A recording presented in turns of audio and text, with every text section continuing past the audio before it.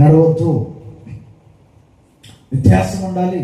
ఆ ప్రాచీన స్వభావం వదులుకోండి, నవీన స్వభావాన్ని ధరించుకోండి. నవీన స్వభావం ధరించుకొని నీతి, యథార్థత, మారుమనసు, పరిశుద్ధత, ప్రార్థన వీటిని అనుసరించండి. తద్వారా మనకు ఆశీర్వాదం ఉంటుంది. ఈ రాత్రి నేను వాక్యం ముగిస్తూ మరొకసారి మీకు జ్ఞాపకం చేస్తున్నాను. మొట్టమొదటి మాట, సత్క్రియలు చేయాలి. నువ్వు మందిరానికి వస్తూ ఉంటే, యేసు ప్రభువుని తెలుసుకుంటే నీలో సత్క్రియలు ఉండాలి. ఆ సత్క్రియలు చూసి అనేక మంది నేను క్రైస్తవులుగా గుర్తుపెట్టాలి. నువ్వు ధర్మకార్యాలు చేయాలి. ఆ ధర్మకార్యం బట్టి అనేక మంది మేలు పొంది నేను క్రైస్తవులు గుర్తించి నువ్వు ఆరాధించిన దేవులకు రాగలగాలి.